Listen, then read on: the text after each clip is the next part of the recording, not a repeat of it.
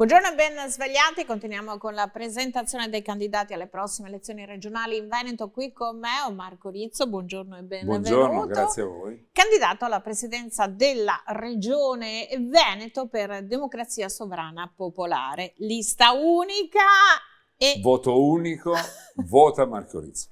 No, dobbiamo spiegare il perché. Ecco, io ho 66 anni, ho avuto una mia cronaca politica, che certamente non è storia, ma ho intercettato anche un po' di storia, quindi ho fatto il parlamentare, ho fatto l'eurodeputato. Noi siamo a presentare un progetto politico per il Veneto, a partire dal Veneto per tutto il paese. L'Italia sta andando male, andremo verso il declino. Eravamo la quarta potenza industriale del mondo, oggi siamo all'8º o 9º posto. Nel 2035, tra 10 anni, le prime 3 economie saranno India, Cina, Stati Uniti. Dei paesi europei solo la Germania sarà al 10º posto. Pare che per l'Italia sia riservato il 23esimo posto. I paesi sono 200, quindi cominciamo a calare. E se cala l'Italia vuol dire che sta calando il Veneto. Io ho sempre osservato le statistiche, i dati. Quando c'era il boom economico in Italia, il Veneto era la locomotiva, spingeva. Oggi non è più così. È finito il carbone? Beh, il carbone non l'abbiamo mai avuto. La locomotiva a vapore, no? L'immagine. Il carbone non c'è mai stato. L'Italia, il Veneto, la Lombardia, il nostro è un paese energivoro, manifatturiero. Noi prendevamo gas a basso costo dalla Russia e costruivamo. Adesso il gas arriva dalla Russia, passando per l'Algeria e la Tunisia costa solo di più. Poi abbiamo gas americano che quando parte costa 1 e quando arriva costa 4. Quindi le prospettive, al di là della geopolitica, sono davvero particolari e sono difficili. Il Veneto è un paradigma della situazione italiana perché ha una piccola e media impresa importante, agricoltori, professionisti, artigiani, commercianti, partite IVA, stanno vivendo un processo di depauperamento, si impoveriscono. Allora c'è una necessità di provare a dare una risposta a questo declino. Noi abbiamo costruito proprio una teoria politica di unione delle forze del lavoro, il ceto medio produttivo, la classe lavoratrice, con un punto di confronto, scontro con la grande economia, la grande finanza, le elite. Non c'è più destra e sinistra. Viene ancora usato questo binomio per scaldare i tifosi, ma la destra e la sinistra oggi rappresentano il fallimento della politica perché sono sottoposti al vincolo della grande economia, della grande finanza. Oggi non c'è una iniziativa politica economica del governo italiano che non finisca con vedremo cosa diranno a Strasburgo, vedremo cosa diranno a Bruxelles, vedremo cosa diranno a Washington, vedremo cosa diranno a Francoforte. Non le cito queste 4 città per dovere geografico, ma perché in quei luoghi ci stanno la sede del Fondo Monetario Internazionale, della Banca Centrale Europea, della NATO e dell'Unione Europea, tutti organismi che non sono stati scelti dagli italiani, non sono stati scelti dai veneti, ma hanno una profonda incisività nella nostra vita. Quindi bisognerebbe uscire dall'Europa? Quali sono? Bisogna avere una sovranità. Ecco, c'è un multipolarismo che sta arrivando, non è un gioco di blocchi. Nessuno di noi avrebbe pensato 5 anni fa, 10 anni fa, che l'Europa sarebbe stata sganciata dagli Stati Uniti. Sta avvenendo questo. Nessuno avrebbe pensato 20 anni fa che la Cina, che aveva il 3% del PIL del mondo, arrivasse ad essere, assieme all'India, la più grande economia del mondo. Quindi sta cambiando tutto rapidamente. Il nostro è un declino. Io credo, è il mio dovere. Io sono nato in un quartiere povero di Torino, mio padre faceva l'operaio alla Fiat, sono diventato deputato a 34 anni. Ho avuto dei privilegi dalla politica. Credo che il compito di chi ha avuto dei privilegi sia quello di restituire perlomeno un'idea di paese che non sia quello che stiamo vivendo. Noi stiamo facendo questo, guardi. Questa idea di paese, sì. In qualche modo il Veneto diventa un laboratorio sperimentale. Esattamente, è un paradigma. Per questo c'è la mia candidatura, perché in Veneto ci sono le condizioni, come dire, più importanti per dare un segnale al paese. Per questo lo vogliamo fare. La politica, noi abbiamo usato come slogan faremo quello che diciamo. Abbiamo il vincolo di mandato per i nostri candidati, hanno un vincolo di programma. Perché la politica è fatta al contrario di quello che dicono. La gente Qual è non il va più a vostro votare. programma? Mi scusi se la incalzo, Sì, ma purtroppo no, la par certo. condicio impone dei tempi Beh, il contingentati. nostro programma parte dal fare quello che si dice, dall'avere una sovranità nazionale per poter avere una reale autonomia. Noi chiediamo uno statuto speciale per il Veneto, semplicemente ce l'ha il Friuli Venezia Giulia, ce l'ha il Trentino Alto Adige, perché non può averlo il Veneto? Lo chiediamo non prendendo in giro le persone. L'autonomia è stata una presa in giro, il referendum sull'autonomia.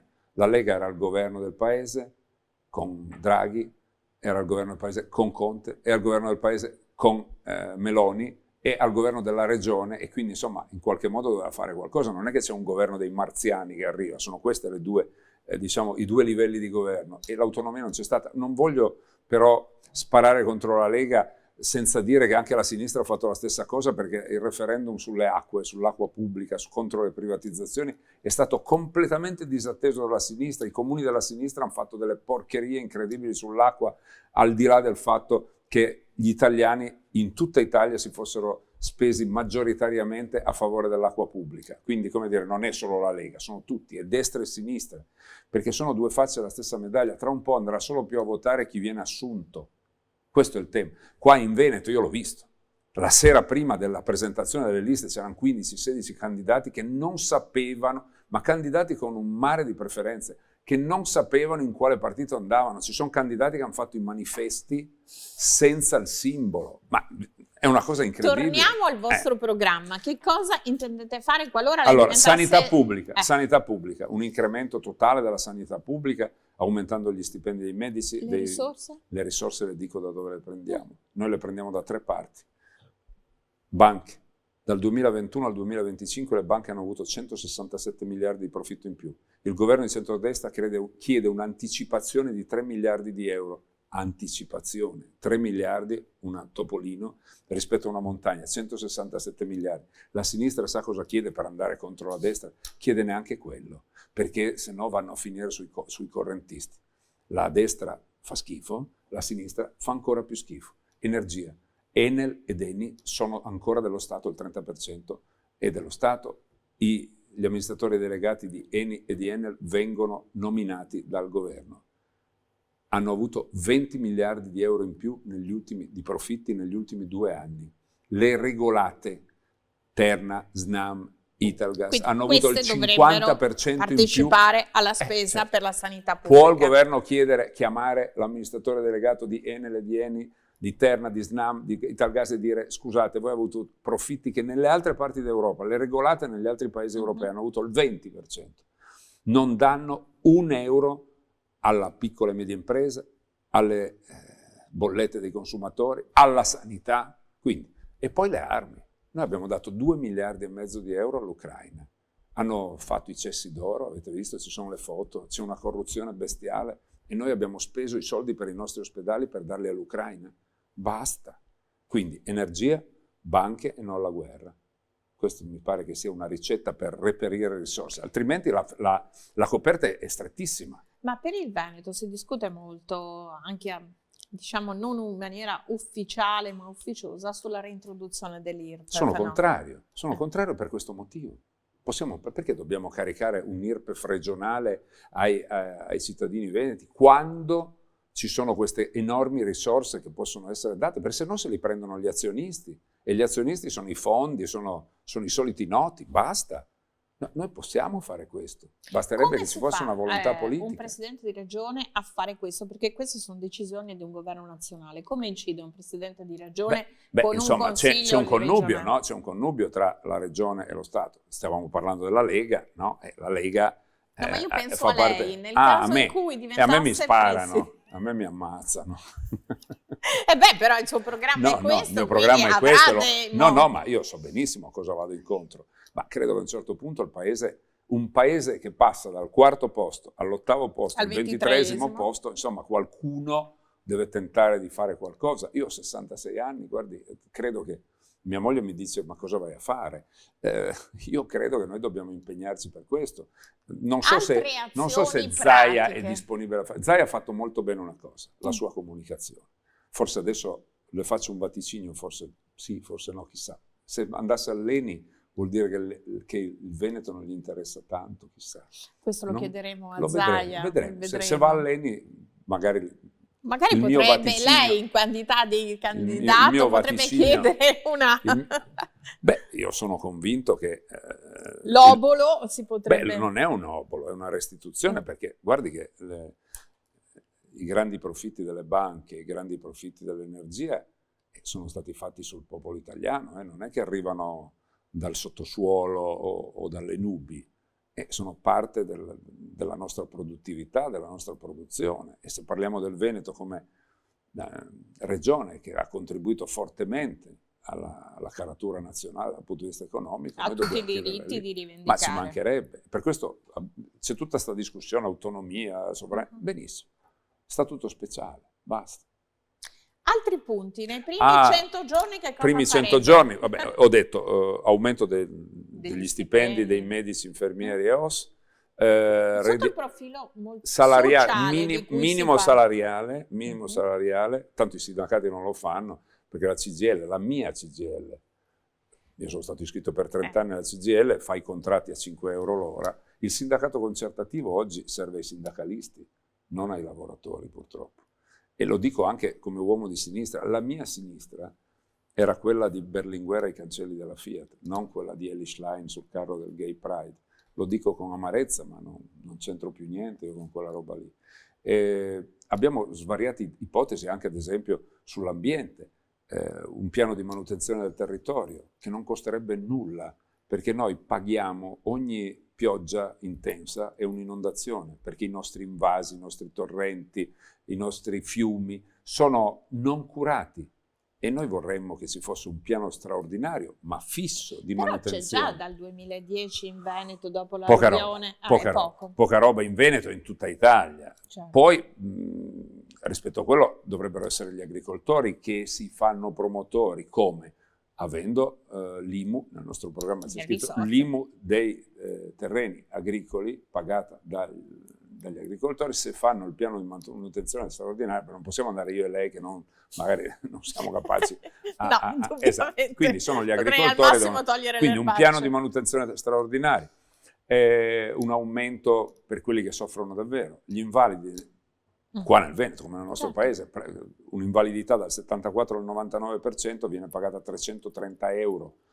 Danno il reddito di cittadinanza a gente straniera che è venuta qua, ha dato solo la carta di credito e poi se n'è tornata in Marocco, 6% di truffe di questo genere. Insomma, possiamo dare soldi davvero a chi soffre. Un invalido al 100%, un cieco totale oggi prende 800 euro, diamogliene 1.200. Lo può fare la regione, può fare un'integrazione rispetto a questo. Bisogna orientare le spese laddove servono. Questo bisognerebbe fare. Ma perché il tema è la programmazione e la previsione. I politici, ripeto, purtroppo guardano la punta delle loro scarpe. Noi dobbiamo guardare non oltre la porta, oltre la collina, oltre la montagna. Il vostro programma che raggio di previsione ha?